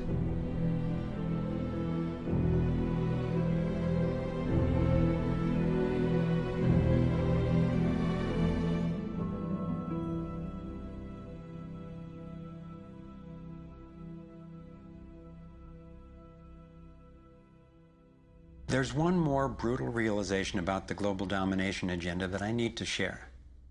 This was a horrible one for me to grasp, but without it, this inquiry would be dangerously incomplete, and our solution strategies would be inadequately informed. In my research, I came across convincing evidence that their plan actually includes the elimination of the majority of the world's population. As sick as it sounds, it makes sense that they would be better positioned to succeed in their quest for absolute control if there are fewer of us to manage. Every time I've thought they wouldn't do that, I discovered I was wrong. I found startling documentation that eugenics is one of the core pillars of their plan. Eugenics is the practice where some people get to decide who's worthy to breed and who's not. Sterilization is one of the many insidious ways this covert plan is being implemented. In 1904, the Carnegies funded the first eugenics laboratory in Cold Spring Harbor, Long Island. The Rockefellers funded involuntary sterilization of people of color through their eugenics programs and funded the Kaiser Wilhelm Institute in Germany to further the racial supremacy agenda later adopted by Hitler. In 2007, the U.S. Department of Agriculture and Homeland Security funded a proposed project to aerial spray over 7 million people in urban areas of Northern California. After citizens organized against the plan, officials were forced to reveal that the spray included multiple toxins that can cause disease and disrupt the reproductive cycle. Fortunately, civil resistance stopped the project. The U.S. government has been caught over 30 times covertly experimenting with toxic chemicals on its own citizens, from soldiers, prisoners, and Native American reservations to entire towns and counties. Mass covert sterilization of women and girls, usually using secret additives to vaccines, has been exposed in Brazil, Puerto Rico, Nicaragua, Mexico, and the Philippines. These have been under the auspices of such programs as John D. Rockefeller's Population Council, the U.S. Department of Health, Education, and Welfare, where Nelson Rockefeller was undersecretary, and the Rockefeller-founded World Health Organization. Novartis and Syngenta, in cooperation with the U.S. Department of Agriculture and the Department of Defense, have field-tested a spermicidal strain of GMO corn that would render male consumers infertile. This was quietly announced as a contribution to the world overpopulation problem. The list goes on and on. Right now, global human fertility is plunging. I'm convinced that this is no accident. For me, being willing to consider and research a direct depopulation agenda was critical to my getting the whole picture and to generating responses that could be sufficient to the task we face. I know this may sound crazy, but imagine that it's 1932 and we're in Germany. If I told you that in the next decade millions of people would be exterminated, you would say impossible. No one would do such a thing.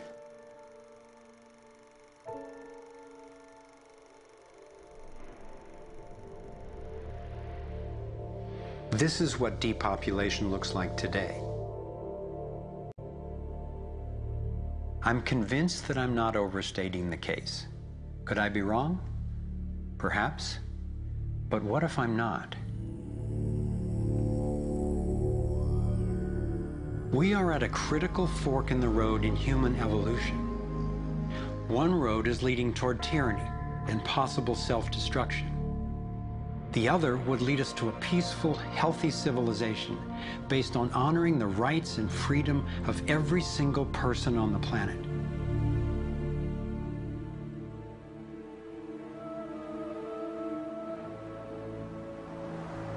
To set off in this new direction, it's up to you and me to clear that road. The time has come to say, enough. There is another way. I believe that together we have the knowledge, the resources, and the solutions to meet that challenge.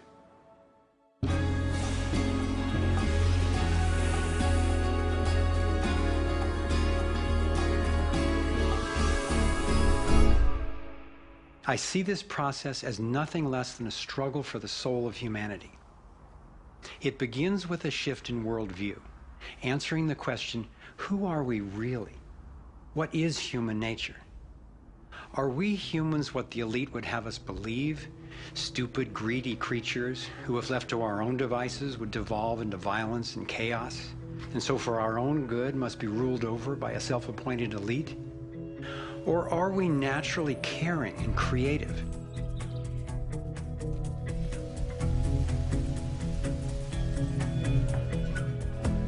I believe when people are healthy and have what we need to survive, we can create a world based on integrity, freedom, and compassion.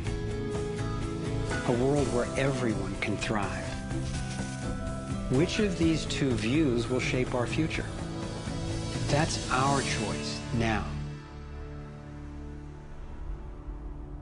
The agenda of the ruling elite is the product of a destructive worldview, based on their beliefs that there's not enough to go around, that some people are more deserving than others, and that their own safety depends on maintaining absolute control over the rest of us. In short, their worldview is based on scarcity and fear. But as powerful as they are, the architects of the New World Order cannot create their dreadful vision without our collusion. To stop them, to render their agenda obsolete, we have to wake up. We have to take action. This is like the last effort of a particular phase of civilization. It's its last gasp, really, and I often use the metaphor of the caterpillar becoming the butterfly, because the caterpillar crunches its way through the ecosystem. It's very destructive. It eats 300 times its weight in a day until it's so bloated that it hangs itself up and goes to sleep, and its skin turns into a hardened chrysalis. And then in its body you get these imaginal cells, biologists actually call them that, forming within the caterpillar's body. The caterpillar's body then actually becomes a nutritive soup for those cells. But what's important about that metaphor is that the old and the new coexist for a while. And it's the job of the caterpillar to preserve its life. It's a desperate government that we have now trying to control oil in the Middle East and wanting now to promote nuclear energy and all these things that they know better, but they have to play out the role of protecting themselves. It's their job. And if you love butterflies, you don't go around stepping on caterpillars. So we can't hate them. It doesn't do any good. But if you want alternative energy, you don't ask an oil economy administration to produce it for you. We have to produce it. We imaginal selves have to show that it's cheaper, more efficient, and more effective. Our job is to build the new world. If we had the vision and a worldview that says our crisis is a birth and everybody's needed and everybody will have more of what they truly want, you could turn this desperate world into a renaissance of human creativity and love. It may seem that the controlling elite has all the cards, but we have many advantages of our own. First, let's talk numbers. Very few people are consciously perpetrating the domination agenda. Most of those helping to implement the plan don't understand the full picture of what they're a part of. By my calculations, we outnumber the actual architects of the plan by more than 1,000,000 to 1 in the US alone. Entrepreneur and environmentalist Paul Hawken estimates that there are now well over 1 million organizations in the world that work towards social and environmental justice, comprising the largest social movement in the history of humankind. This movement, when connected electronically, could become a network of networks that will be the most powerful activist force for change ever. If you look at the people who are involved with restoring this earth and stopping the damage and resisting the depredation and nurturing change and reimagining what it means to be a human being, and you're not optimistic, then you might want to get your heart checked, because there is an extraordinary, beautiful, gorgeous, fierce group of people in this world who are taking this on. The second important advantage for us is that all the power centers that the elite control require our participation. If enough of us withdraw our support, their plan can't work. This is true of the central banks, the military, the corporate media, the government, and more. And following the models of Mahatma Gandhi and Martin Luther King Jr., we have the power of nonviolent non-participation. It takes tremendous energy, resources, and deception to try to dominate the lives of others. In moving toward freedom, on the other hand, we have on our side the evolutionary life force and what Gandhi called satyagraha, the simple power of truth. In India, we have thousands of villages which are now freedom zones. So we will not accept patenting. We will not cooperate with it, just like Gandhi did not cooperate with soil laws. We will not allow chemicals and genetically engineered crops to enter our ecosystems because they threaten this biodiversity. And this freedom movement, which is a freedom movement for all species, not just for individual humans, is something that's growing so fast and is reflected in the movement for GMO-free zones in Europe. I turn my back, and there's another 1,000 GMO-free zones. 90% of Italy, 90% of Austria. The freedom zones around the seed, around food, are creating massive shifts. In Bolivia, a grassroots movement took to the streets, relentlessly banging pots and pans, and eventually stopped the foreign corporate takeover of their water resources. Though very little is shown by the corporate media, there are countless success stories going on every day all over the world.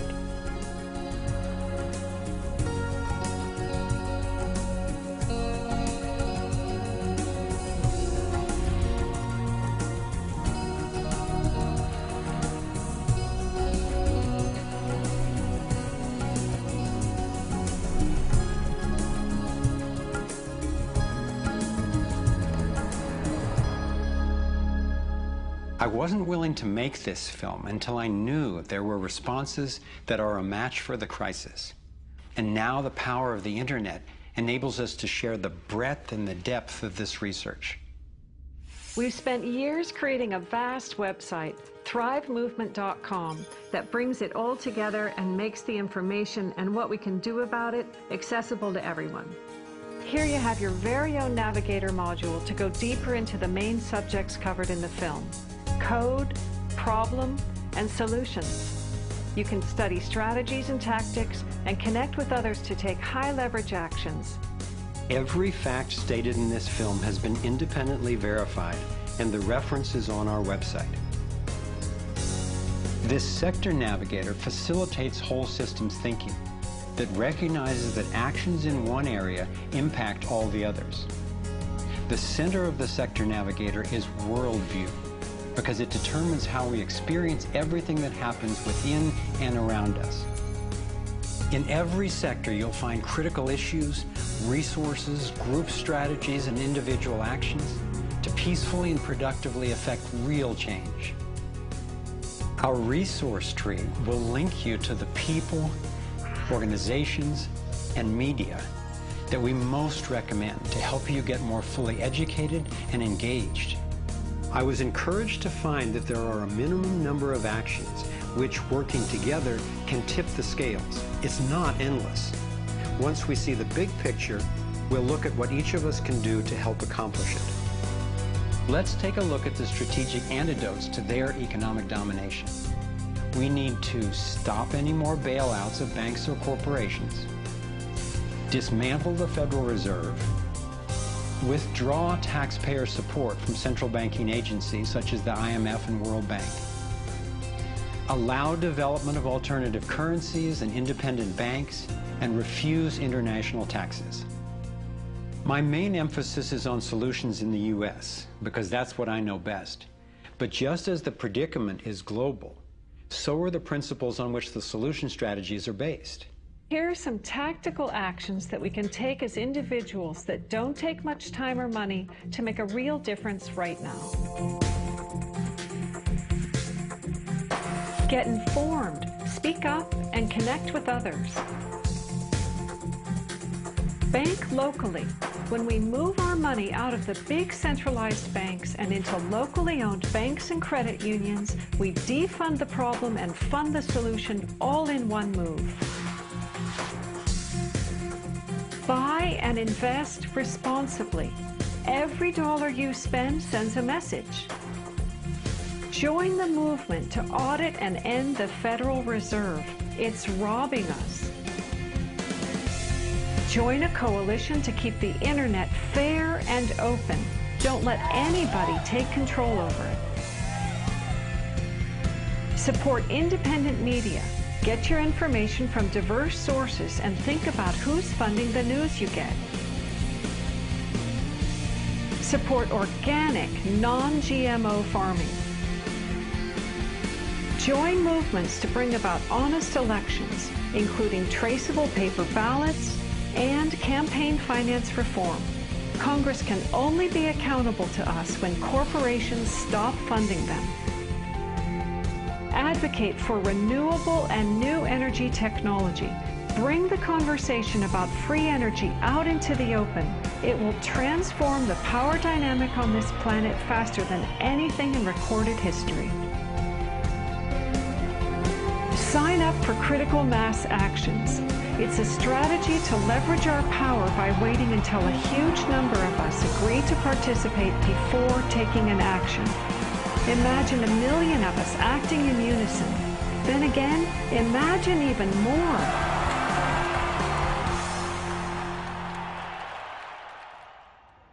I've been inspired by how many grounded solutions and real-life problem solvers there actually are. Akila Sherrills is one person whose work especially touched me. He helped broker a gang truce between the Crips and Bloods. One of the things that we discovered in the process of waging peace in the neighborhood was that conflict is healthy. You know, it's unresolved conflict that actually leads to violence. When we first launched the peace treaty, we had a lot of success in our first year. Gang homicides dropped 44% in the neighborhood based upon our actions. Akila describes what happened when two rival gang leaders finally met after the truce. The brother came up to him and told him, man, look, I know you got some hard feelings for me. You know, maybe I got some hard feelings for you.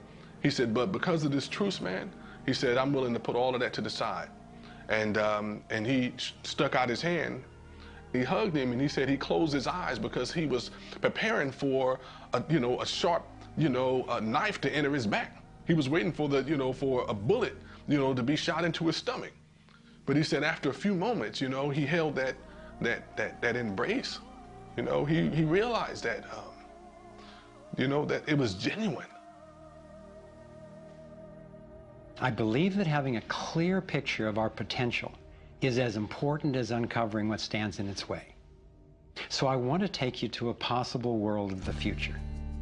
It's a world the elite would have you believe is an impossible pipe dream, but I'm convinced it's a world that is utterly within our grasp. We can create a world where people can thrive, where we can feel safe and secure. The air, water, and food are clean. A world where communities are capable of producing their own energy and food, and trade is open and fair.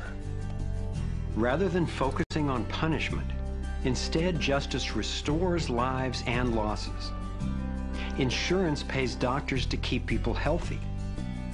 Education is voluntary, serving the needs of individuals instead of corporations.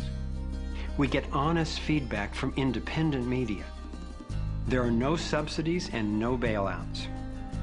Imagine that with an honest money system, little or no taxes, and low electric and fuel bills, you would have the money to pay off your home and car and be free to save and invest. You would enjoy more wealth, freedom, and security, all while working the same or probably less. Let's say I started a mutual fund for my neighborhood, and all the neighbors had stock, okay? And so they healed the environment, and their stock went up in value. So instead of getting drained financially, they're making money. They're making money from things that make their kids safer and prevent the planet from dying. So you kind of have your cake and eat it too. Instead of working all week to make money and then coming home and trying to save the planet on the weekends, you can spend Monday through Friday making money saving the planet and then, you know, go to the beach. This vision of a thriving world is based on what could be called the liberty perspective. There is a simple principle that underlies this approach: non-violation. Nobody gets to violate you or your property, and you don't get to violate anyone else, except in genuine self-defense. This is the one rule I've found that every single person agrees with, at least for themselves. I believe that non-violation is the true north of humanity's moral compass and our core navigating insight. This insight can guide us and protect each and every individual as we set up voluntary, self-sustaining systems. It is a way of living that I can stand for wholeheartedly and without reservation. I've been profoundly influenced by the work of Austrian economist Ludwig von Mises, who developed a whole philosophy and economic system based on the core ethic of non-aggression. Motivated by having witnessed the ravages of communism and fascism in Europe, he committed his life to finding a just way. He recognized that those systems, as well as socialism and even democracy, wrongly assume the rights of the collective, or the group, to be more important than those of the individual. I had always gone along with the view that more people will thrive if we consider the group's needs above the individual's. But when I took a closer look, I found it doesn't really work that way. In the name of what's best for the group, governments have been responsible for most of the war, death, and destruction on the planet. More than 200 million individuals were killed in the 20th century alone. So how would applying the principle of non-violation change this dynamic? It would take us from incremental change of a fundamentally flawed system to a complete transformation where not just some, or even the majority, but everyone could truly have the opportunity to thrive. In order to implement the principle of non-violation, it makes sense to me to honestly re-examine our past, because it doesn't work to try to build a healthy living system on top of an unhealthy one. We have to go back to the most fundamental acts of injustice upon which the country was founded, in the seizure of the lands of the people, and the slaughter of their women and children, and the rendering destitute most of the remnants of these people, is such a grievous wrong that we believe that we have to deal with that, to come to grips with that in a fundamental way. Understanding that they're not wrongs that were done and completed 150 years ago. They're wrongs that are continued every single day. So you have, through the history of North America and the United States, over 500 treaties signed with indigenous nations where every single one of them now has been violated. You have, in fact, a tremendous amount of wealth having been generated from indigenous peoples' lands and resources, and billions of dollars every year still being generated by corporations and European nations based on the continued exploitation of indigenous peoples' lands and resources. If we didn't have large corporations, if we didn't have Western governments defining how you and I were to relate to each other, living here in North America now together, how would we relate to one another? How would we make it different? It's going to take time and courageous effort to shift the consciousness and accomplish the tasks that will move us toward the world I'm talking about. And yet I know of no greater gift that we could give to future generations. We can't do everything at once. I envision 3 overlapping stages of the solutions process. In stage 1, we bring as much integrity as possible to our current systems. If we cut the U.S. military budget in half, it would still roughly equal the defense spending of the entire rest of the world. Between that and getting rid of the Federal Reserve, over $1 trillion a year would be freed, enough to feed everyone on our planet, deal with social issues, and heal our environment. Many people believe that widespread starvation and poverty are inevitable, but compared to war, eliminating poverty and restoring the environment are cheap. According to Lester Brown's Earth Policy Institute, it would take under $200 billion a year to restore the Earth's environment and meet global social goals. But this stage isn't the end goal of the liberty perspective. While stage 1 has a lot of the compassion typically associated with the liberal Democrat agenda, stage 2 reflects much of the wisdom of the traditional conservative worldview. In stage 2, we shrink government's role to protecting individual liberty and stewarding things we share in common, like ecosystems and the airwaves we use to communicate. As the system gains integrity and we move to sound currency, people will have enough money to have more control over everything that affects them. Stage 3 grows out of the increasing freedom that people gain in stages 1 and 2, as they have more money and more time. There is no involuntary tax and therefore no involuntary governance. There's no monopoly on force. There are rules, but no rulers.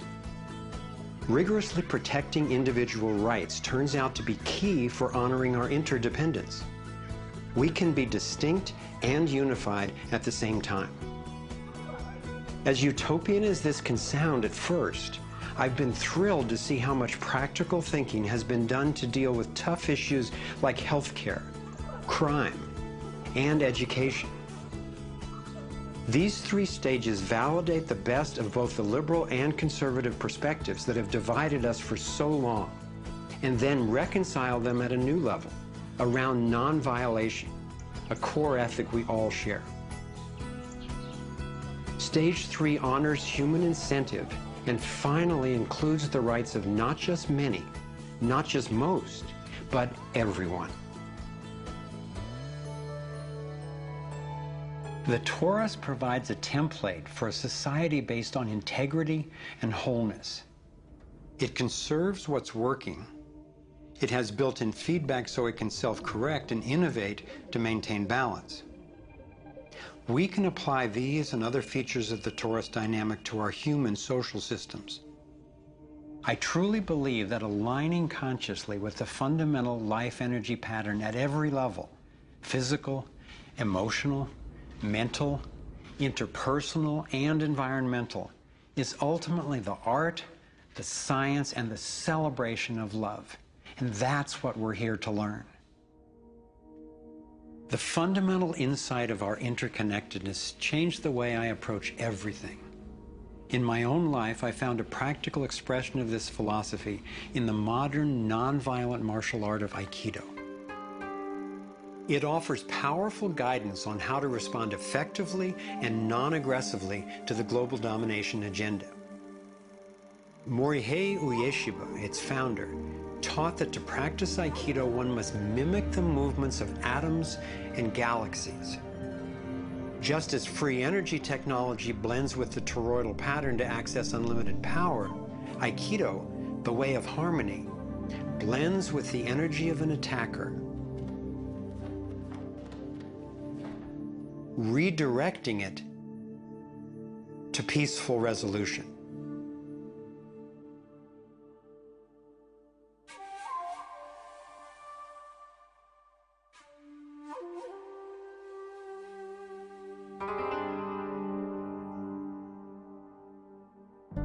Gandhi and King applied these principles of non-aggressive power at the economic and social levels. If we respond with violence to the domination agenda, other than in self-defense, it would only continue the old us versus them paradigm and provide an excuse for even more police state measures.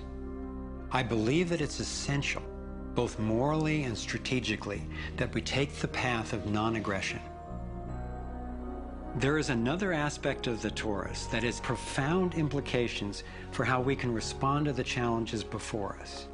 It is the absolute stillness, the 0 point, that lies at the center of each toroidal system. I believe that you and I, as well as every other being, are Taurus energy fields, centered by stillness and each connected to one another and to the boundless consciousness of a living universe.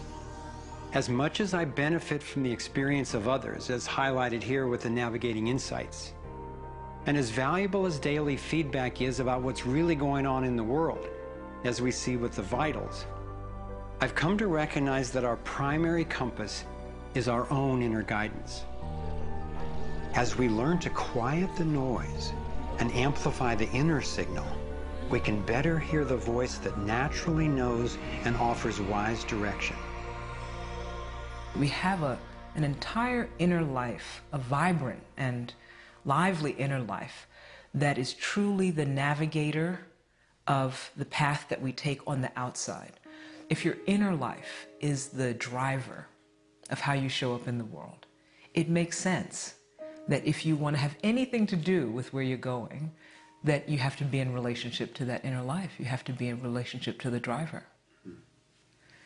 As we develop increased relationship to who's in the driver's seat, what happens is there is a synergy. It's a symbiotic relationship that our inner lives are actually able to be more in tandem with where we're choosing to go, and we're able to get there. We're not nearly as insignificant in our impact as we think we are. In order to heal the world, we have to start telling a different story to ourselves.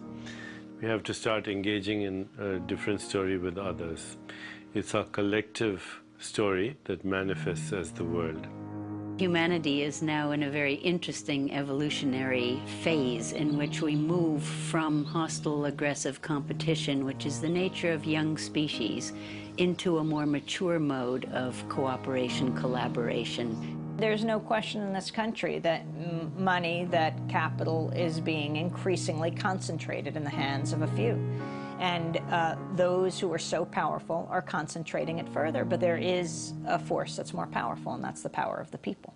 When we look at the crises now, it is so easy to fall out of love with life. It is so easy to get pessimistic and desperate. But from my perspective, the crisis has matured to the point of being on the threshold of mass awakening, and that feeling inside me gives me the vitality to know that no matter how small what I'm doing looks to me in the face of these huge problems, that the impulse of evolution is not small. And when it's in everybody who's waking up, it's huge. And as more and more of us are waking up, linking up, and daring to speak up, the scheme for global domination is being exposed. And we're discovering solutions that can create the world we yearn for and deserve. Again and again throughout history, When people have recognized tyranny rearing its cruel head, they've come together and stood up for liberty. I am confident humankind will look back on this period and be proud that when we saw, we acted. Thank you for coming on this journey with us. I'm convinced we have what it takes to thrive. Let's make it happen.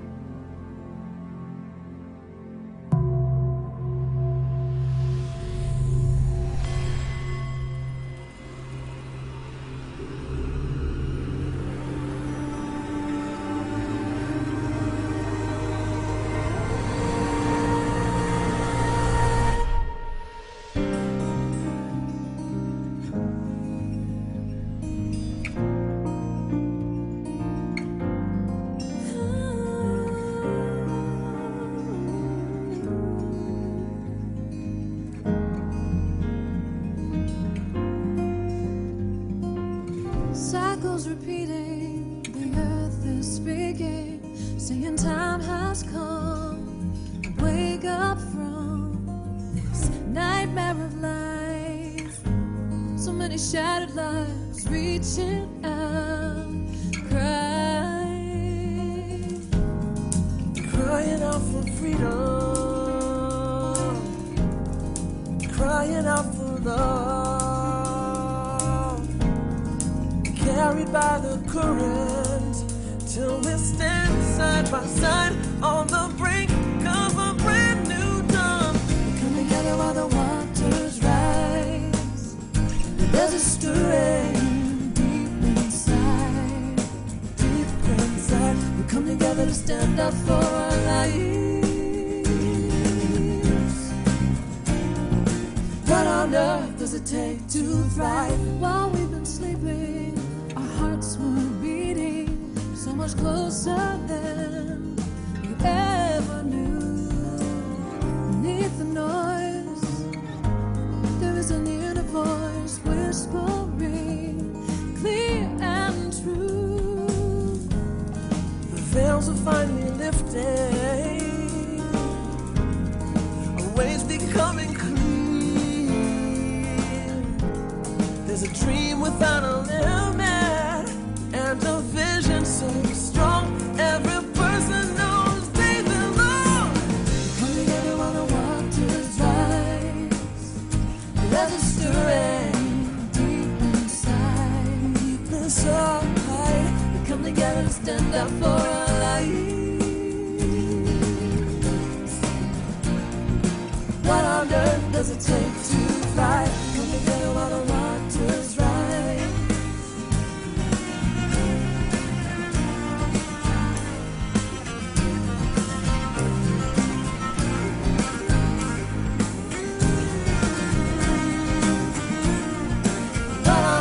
Does it take to thrive out in the open? Thrive healing what's broken. Every heart, every life, living our place in it now.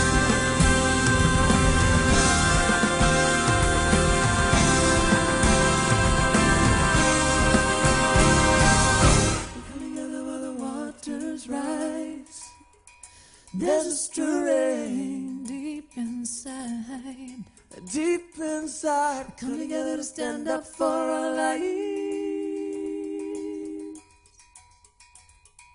We all have what it takes to thrive. We come together while the waters rise. There's a stirring deep inside, deep inside. We come together to stand up for our lives. We all have what it takes to thrive. We come together while the waters